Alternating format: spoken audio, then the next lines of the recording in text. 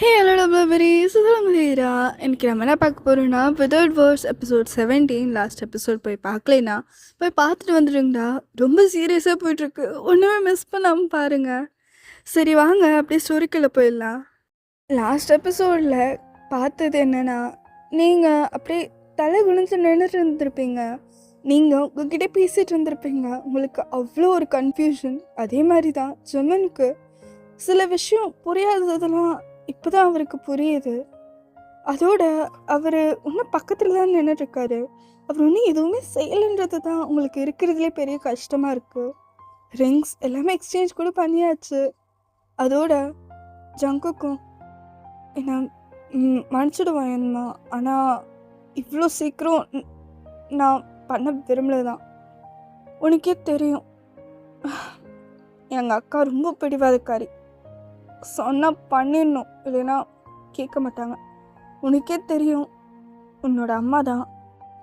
இருந்தாலும் என்னை மன்னிச்சிடு.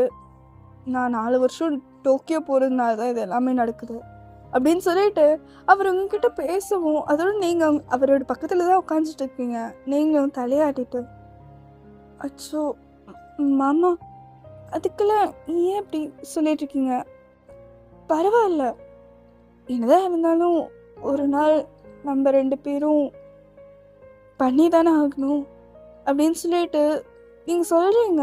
இதை சொல்லும் போது உங்களுக்கு ஒரு வாட்டியும் ஏதோ உங்களோட காலில் முள்ளு குத்துது, அப்படியே உங்களோட ஹார்ட்டே வந்து கிழிக்கிற மாதிரி இருக்குது. இருந்தாலும் நீங்கள் அமைதியாக அதை சொல்லிட்டு அப்படியே இருக்கீங்க. உங்களுக்கு சொல்கிறதுக்கு இது ஒரு விருப்பமே இல்லை. இருந்தாலும் அவருக்கு தப்பாக தோணக்கூடாதுன்றதுக்காக நீங்கள் அப்படி பேசிகிட்டு இருந்திருப்பீங்க. அதோட ஜெமுனும் அங்கே பக்கத்தில் தான் உட்காந்துட்டு இருக்கான். அதோட அப்போ தான் வாசல்ல இருந்து யுக்தி வரா. அதோட அவள் அப்படி வரும்போது, அக்கா எப்படிக்கா இருக்கு அப்படின்னு சொல்லிட்டு அவள் அப்படியே பேக்கில் அங்கேயே விட்டுட்டா. அப்படியே அங்கே வந்து உட்காந்துட்டா.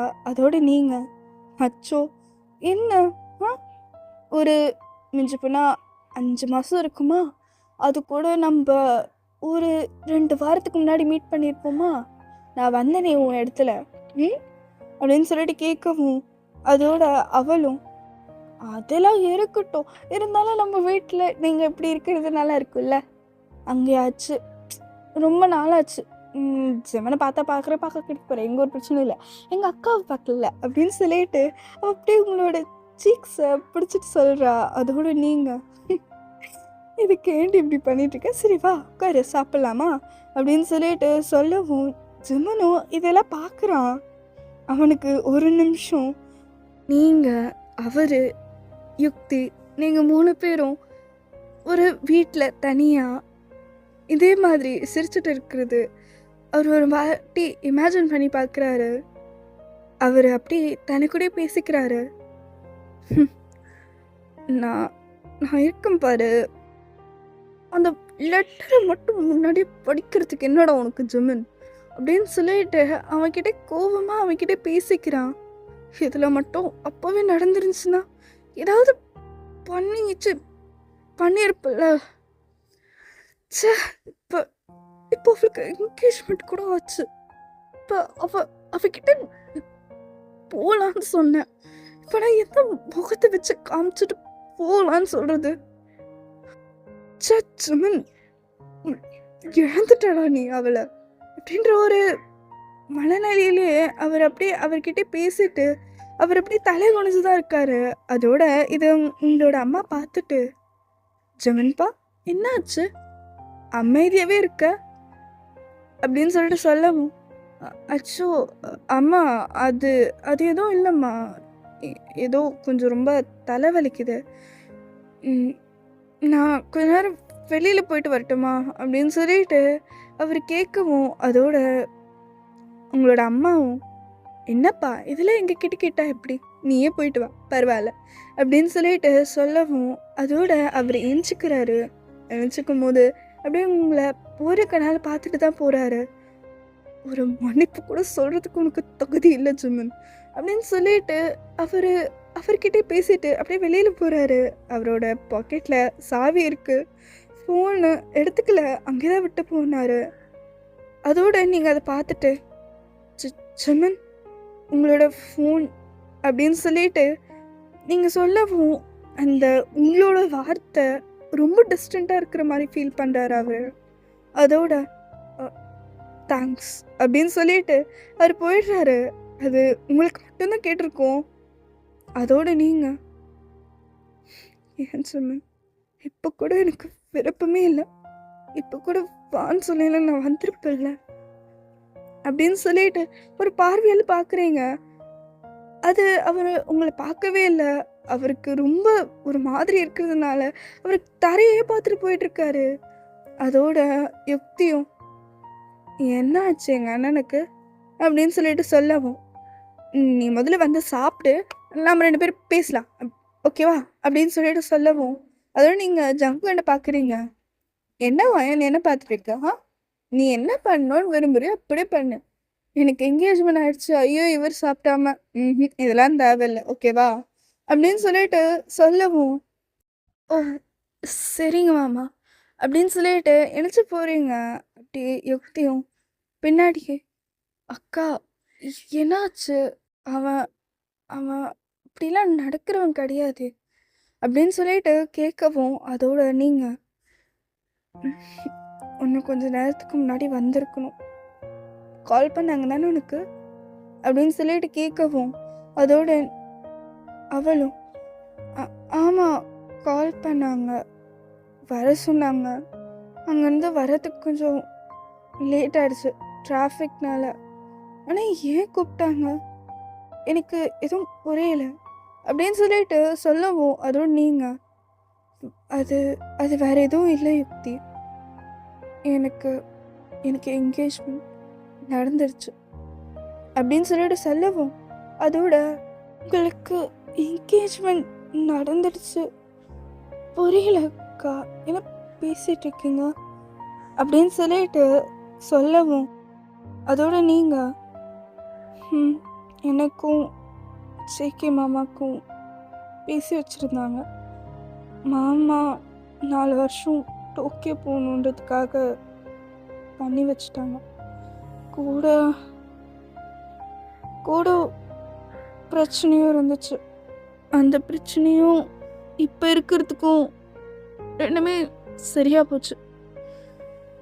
நடக்க வேண்டியது நடந்துடுச்சு, வேற எதுவும் இல்லை. விதி, இதுதான் விதின்னு சொல்றது. விதி நம்மளால எழுத முடியாது, ஆல்ரெடி எழுதி வச்சது தான். இன்னும் என் விதியில் என்ன எழுதி இருக்கோ தெரியல. இது நான் இப்போ சொல்லதான் கூடாது, எனக்கே தெரியுது. இது இன்னொரு வாட்டி நான் சொல்லவும் கூடாது, இது இன்னொரு வாட்டி என்னோட மனசுல இருக்கக்கூடாதுன்னு எனக்கு நல்லா புரியுது. ஆனாலும் இருக்கிறபடி தானே சொல்ல முடியும். இப்போ கூட சொல்கிறேன், ஜமன் ரொம்ப பிடிக்கிறதுக்கு பதிலாக காதலிக்கிறேன்னு சொல்ல முடியும். ஆமாம், ஆனால் அவர் என்னை பார்க்க கூட இல்லை தெரியுமா. இப்போ கூட நீ கூப்பிட்டுட்டு போக சொன்னாக்கா போவேன், ஆனால் அவரே அதுக்கு மேலே எதுவும் பண்ண முடியாதுன்னு யோசிக்கும் போது எனக்கு என்ன வேற என்ன சொல்கிறதுன்னு தெரியல. எனக்கா இப்போ நான் எந்த சூழ்நிலையிலையும் அவரோட தான் இருக்க முடியாது. என்கேஜ்மெண்ட் அவர் கூட தான் நடந்துருச்சு. அப்புறம் போய் ஜமன் கிட்ட ஐ லவ் யூன்னு சொல்கிறது என்னால் முடியாது. அதே நேரத்தில் என்னால் அவர்கிட்டையும், அதாவது சேகே மாமாக்கிட்டே போய் நான் நம்ம கூட இருக்கிறேன்னு சொல்ல முடியல. ஆனால் அவரு கூட தான் இருந்தாகணும். நான் எதில் மாட்டியிருக்கேன்னு கூட என்னால் எதுவுமே என்ன பண்ணுறதுன்னு தெரியல, நிஜமாக தெரியல அப்படின்னு சொல்லிட்டு உங்களோட வாய்ஸில் அவ்வளோ ஒரு ட்ரெமர். அதோட யுக்தியும், அக்கா இதில் நீங்கள் ஏன் என்கிட்ட முன்னாடி சொல்லலை அப்படின்னு சொல்லிட்டு கேட்கவும், அதோட நீங்கள் இது உக்கிட்ட எப்படி சொல்வேண்ணா யுக்தி, நீ ஒரு சின்ன பொண்ணு, எங்களோடதெல்லாம் வச்சு நான் ஏன் உன்னை தொந்தரவு பண்ணணும் ம் உன்னோட சைல்ட்ஹுட் என்னதான் இருந்தாலும் எங்களோட பிரச்சனையை தீர்க்கறதுல இருக்கக்கூடாதுல்ல. ம் அதனால தான் நான் சொல்லலை. சிம்மனும் சொல்லக்கூடிய ஆளும் கிடையாது, தெரியும். இவ்வளோ தெரிஞ்ச எனக்கு பரவாயில்ல போய்டு. இதுக்கு மேலே எனக்கு பேசுறதுக்கும் முடியல அப்படின்னு சொல்லிட்டு நீங்கள் ஒரு 2 நிமிஷம் அமைதியாக இருந்திருப்பீங்க. அதோட யுக்தி அப்படியே அவளோட பிளேட்டில் இருக்கிற சாப்பாடை அப்படியே பார்த்துட்டு தான் இருக்கா. அவள் ஒன்றும் ஒரு வாய் கூட எடுத்து வச்சு சாப்பிடல. அதோட நீங்கள் நான் வேற ஒருத்தி என் சோக கதையை சொல்லிட்டு இருக்கேன், நீ இப்போ தான் வந்திருக்க, சாப்பிடு யுக்தி, என்ன பிளேட்டில் கையை வச்சுட்டு சாப்பிடு அப்படின்னு சொல்லிட்டு சொல்லவும் அதோட யுக்தியும் இல்லை அப்படின்னு சொல்லிட்டு அவள் கொஞ்சம் ஹெசிடேட் பண்ணுறா. அதோட நீங்கள் இதுவா நான் ஓட்டுறேன் அப்படின்னு சொல்லிட்டு நீங்கள் ஓட்டிகிட்ருக்கீங்க. அதோட அங்கேருந்து ரங்குக்கும் வந்துடுறாரு. வயன்மா, நான் என்னை மன்னிச்சிடு, திருப்பியும் ஏன் சொல்லிட்டு இருக்கேன்னு நினைக்காத. ஆனால் எனக்கு இப்போது நேரம் ஆயிடுச்சு, நான் இப்போயே கிளம்பி ஆகணும். இப்போ போனால் கூட எனக்கு ஃப்ளைட்டுக்கு நேரம் ஆகிடும். இப்போ வேறு மணி லேட் ஆகிடுச்சு. சரி, நான் போகிறேன்னா நான் போயிட்டு வந்துடுவேன். அது வரைக்கும் பத்திரமா இரு. நான் உனக்கு கால் பண்ணுறேன். முடிஞ்ச அளவுக்கு ஒரு ராத்திரி நேரத்தில் இப்போது இருக்கிற நேரம் மாதிரி கால் பண்ண பார்க்குறேன். உன்னால் முடிஞ்ச இடு, இல்லைன்னா பரவாயில்ல என்ன, படிப்பு தான் முக்கியம், நல்லா படி என்ன அப்படின்னு சொல்லிட்டு அவர் சொல்லவும் அதோடு நீங்களும் சரிங்க மேம், நீங்கள் பத்திரமா போயிட்டு வாங்க அப்படின்னு சொல்லிட்டு நீங்கள் அப்படி வெளியில் வரீங்க. அதோட ஜங்குக்கும் ஏன் இப்போ வெளியில் வந்துட்டுருக்க, நானே போயிட்டு வந்துக்கிறேன், பரவாயில்ல விடு. இல்லை மாமா, அட்லீஸ்ட் அதோ அந்த தெரு முனை வரைக்காச்சும் வர இருங்க அப்படின்னு சொல்லிட்டு நீங்களும் அவர் கூட அப்படியே நடந்துகிட்டே போயிட்டுருக்கீங்க. உங்களுக்கு ஒரு மாதிரி இருக்குது. இவர் போகிறதும் சரி, ஜிம்மின் இப்போது அங்கே வெளியில் போயிட்டதும் சரி, நம்ம ஏதோ பெரிய தப்பு பண்ணுறோமோ, ஒன்று உங்களுக்கு நம்ம மனசுக்கு நம்ம தப்பு பண்ணுறோம் அப்படின்னு சொல்லிட்டு உங்களுக்கு தோணுது. அதே டைம் உங்களுக்கு உங்களோட மைண்டில் என்னதான் இருந்தாலும் இதுக்கு மேலே இவர் மேலே நம்மளால் எதுவும் பண்ண முடியாது, அதாவது ஜேகே மாமா கிட்ட எதுவும் பண்ண முடியாது. இவர் தான் இப்போ நம்மளை என்கேஜ்மெண்ட் பண்ணிட்டாரு, நம்மளால் இவர் தவிர வேறு யாருமே யோசிக்கக்கூடாதுன்னு சொல்லிட்டு உங்களுக்கு இருக்குது. இதே நீங்கள் அப்படியே யோசிச்சுட்டே போவோம். அதோட ஜங்குக்கும் உங்களை பார்த்துட்டு என்ன ஒரு நாள் என்னை டோக்கியோ வந்து கூட்டிகிட்டு போட்டுமா அப்படின்னு சொல்லிட்டு கேட்கவும் அதோட நீங்கள் என்ன மாமா அப்படின்றீங்க. அதோட அவரும் என்ன சோகமாக இருக்கியா, நான் 4 வருஷம் போகிறேன்னு சொல்லிட்டு அப்படின்னு சொல்லுவோம். அதோடு நீங்கள்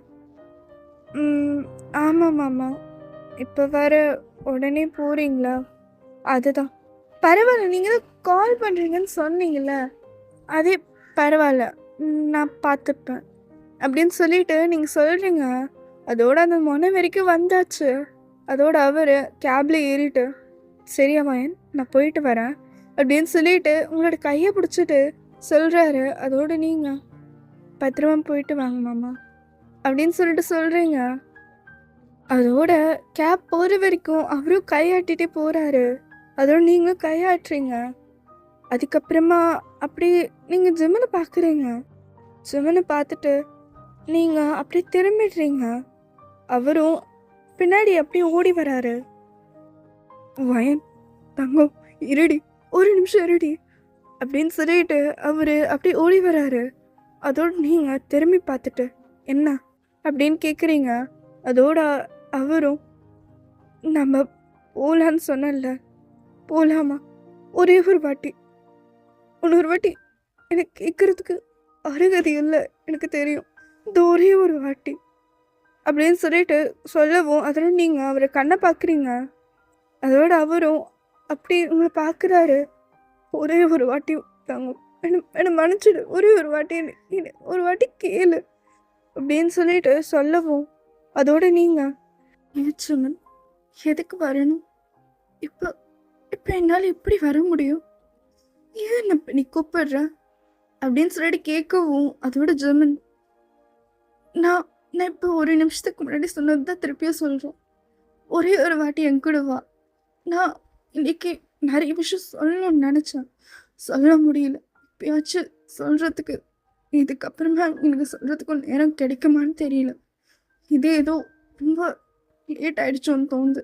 ஒரே ஒரு வாட்டி நீ தங்கும், ஒரே ஒரு வாட்டி இதை பேச விடுடி அப்படின்னு சொல்லிட்டு சொல்லவும் அதோடு நீங்கள் தலையாட்டுறீங்க. தேங்க்யூ தேங்க்யூடி தங்கும், வா பின்னாடி வந்து உட்காரு அப்படின்னு சொல்லிட்டு அவரோட பைக் எடுக்கிறாரு.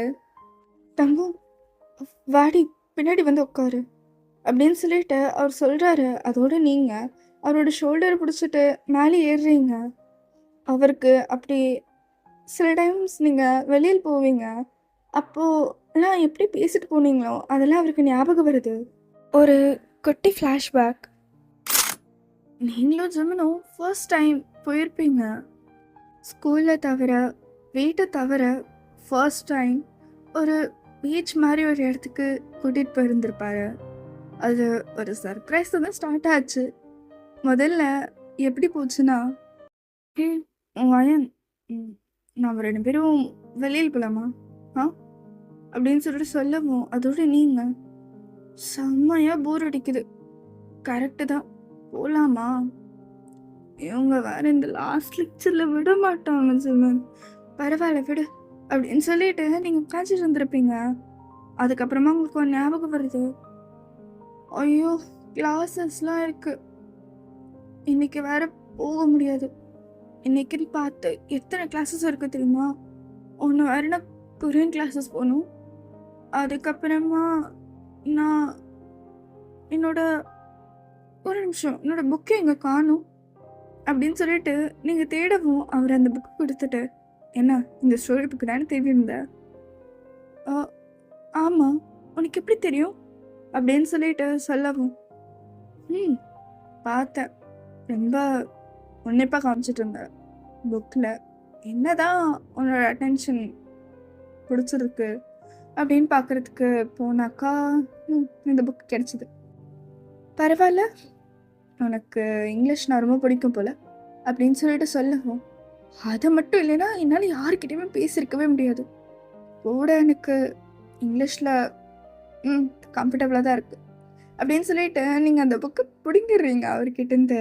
அதோட அவர் சிரிச்சுட்டு, சரி உனக்கு நான் ஒரு சொல்கிறதுக்கு மறந்துட்டேன், என்னன்னா நம்மளுக்கு கிளாஸஸ் இல்லை எனக்கு அப்படின்னு சொல்லிட்டு சொல்லவும், அதோடு நீங்கள் நிஜமாவா அப்படின்னா நம்ம போகலாம் அப்படின்னு சொல்லிட்டு நீங்கள் சொல்கிறீங்க, நம்ம அம்மா கிட்ட கிளாஸஸ் இருக்குன்னே சொல்லிட்டு போகலாம், அதுக்கப்புறம் வேறு எங்கேயாவது போகலாம் அப்படின்னு சொல்லிட்டு நீங்கள் ரொம்ப ஹாப்பியாக சொல்லியிருந்திருப்பீங்க. அதோட அவர் டன் அப்படின்னு சொல்லிட்டு அவர் சொல்லியிருப்பாரு. அதோட அந்த கிளாஸ் முடிஞ்சிட்டு அப்புறமா அவர் அப்படியே அவரோட பைக் எடுத்துட்டு வா போகலாம் அப்படின்னு சொல்லிட்டு அவர் சொல்கிறாரு.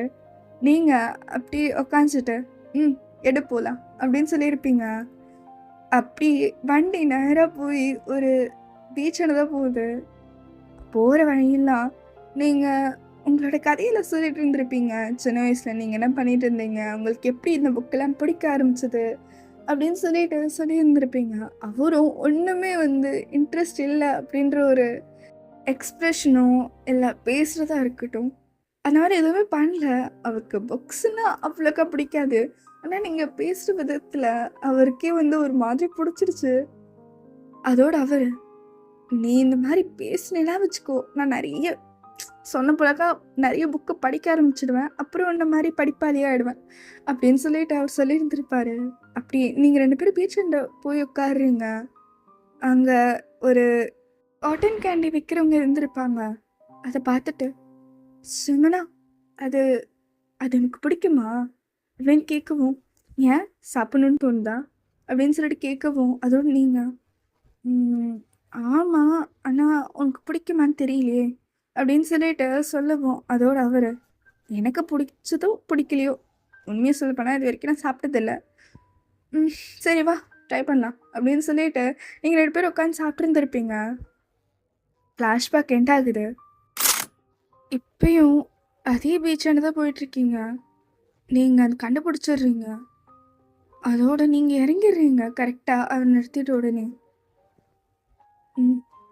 நீங்கள் நீங்கள் என்ன பேசணும் அப்படின்னு சொல்லிட்டு நீங்கள் டைரெக்டாக பாயிண்ட்டுக்கு வரீங்க. நீங்கள் எதுவுமே ஜெமின் கூட பேசலை. ஜெமின் அவரோட பார்க்குறாரு, பார்த்துட்டு வந்திருப்பாரு. நீங்கள் எதுவுமே பேசாதது அவருக்கு ஒரு மாதிரி இருந்திருக்கும். இருந்தாலும் அவர் அமைதியாகவே வந்திருப்பாரு. அதோட உங்களோட கையை பிடிச்சிட்டு போகலாமா அப்படின்னு கேட்குறாரு.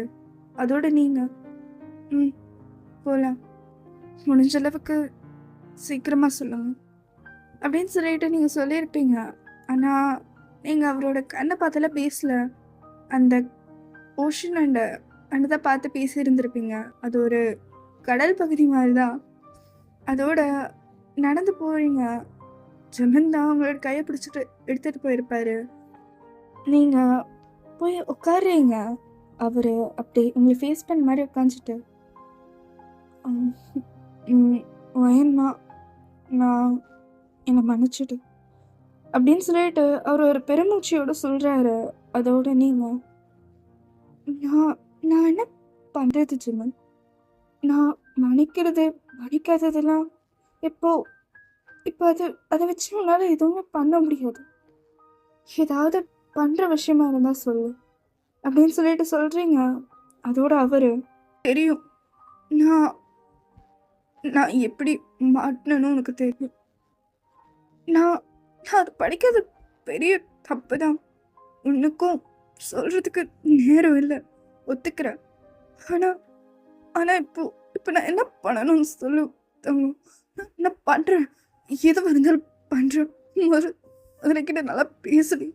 என்னால் இப்படிலாம் உங்ககிட்ட யாரோ மாதிரியெல்லாம் பேசிட்டு இருக்க முடியலடி வாயன்மா. இங்கே பாரு அப்படின்னு சொல்லிட்டு சொல்லவும், நீங்கள் கடல் பக்கமாக பார்த்துட்டு இருந்திருப்பீங்க. உங்களோட கண்ணில் தண்ணி இருந்திருக்கும். அதனால தான் அவரை பார்க்கக்கூடாதுன்னு சொல்லிட்டு நீங்கள் உங்களோட முகத்தை வேறு சைடில் வச்சுட்டு இருந்திருப்பீங்க. ஆனால் இப்போ அவர் திரும்பி பார்த்துட்டு, இப்போ என்னால் என்ன பண்ண முடியும் சொல்லு? என்னால் என்ன பண்ண முடியும் சொல்லு? நான் என்னை உன்னோட தான் இல்லை. இப்போ என்ன சொல்ல என்ன பிரயோஜனம்? இப்போ நான் என்ன சொல்ல என்ன பிரயோஜனம் அப்படின்னு சொல்லிட்டு நீங்கள் இன்னொரு சைடு திரும்பிக்கிறீங்க. அவரை பார்க்கலான்னு சொல்லிட்டு திரும்பி இருந்திருப்பீங்க.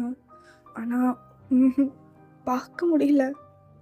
அதோட அவர் அப்படியே அவரோட முட்டி மேலே உட்காந்துட்டு உங்களோட கையெடுத்துட்டு அவரோட ஹார்ட் மேலே வச்சுட்டு, வேணுமா நீ என்ன சொன்னால் நான் செய்கிறேன். என்ன தயவு செஞ்சு பாருடி, என்னை கொல்லாதடி, எனக்கு ஒரு மாதிரி இருக்கு.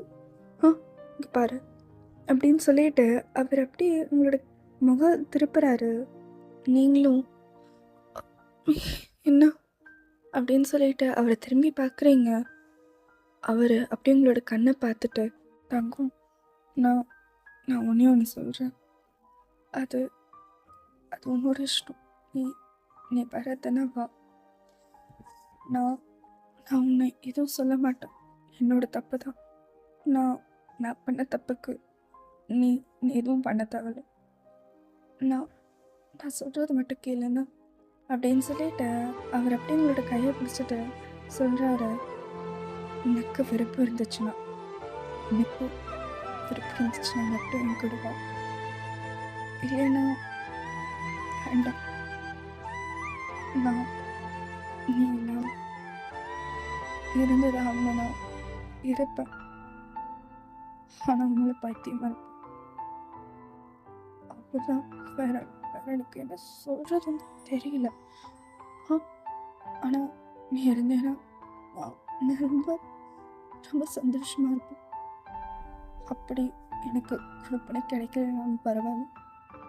நீ சந்தோஷமாக இருக்கணும். எனக்கு அது போதும். நான் என்ன சொல்ல போகிறேன்னு கொஞ்சம் யோசி அப்படின்னு சொல்லிட்டு அவரோட வாய்ஸில் அவ்வளோ ட்ரெமர். நீங்கள் அதை பார்த்துட்டு அவரை பார்த்துட்டு என்னால் என்னால் எதுவும் யோசிக்க முடிஞ்சுச்சு. ஒரே ஒரு வாட்டி என்ன ஹக் பண்ணுவியா அப்படின்னு சொல்லிட்டேன். நீங்கள் கேட்கவும் அதோட ஜமீன் கண் கலங்கிட்ட. அப்படியே உங்களை டைட்டாக பிடிச்சிக்கிறாரு. ஃபர்ஸ்ட் ஹக் எப்படி இருந்துச்சோ அதே மாதிரி இருக்கு. ஆனால் இப்போ வேறு எமோஷன்ஸ். சரிடா அவ்வளோ பெரிய இதோட இந்த எபிசோட் நான் முடிச்சுக்கிறேன். நெக்ஸ்ட் எபிசோட் சீக்கிரமாக வரும்னு நினைக்கிறேன். இதே மாதிரி ஒரு வாரம் இல்லை ஒரு 2 வாரம் லேட் ஆகும். ஆனால் கண்டிப்பாக வந்துடும். Love you blueberries. பாய்.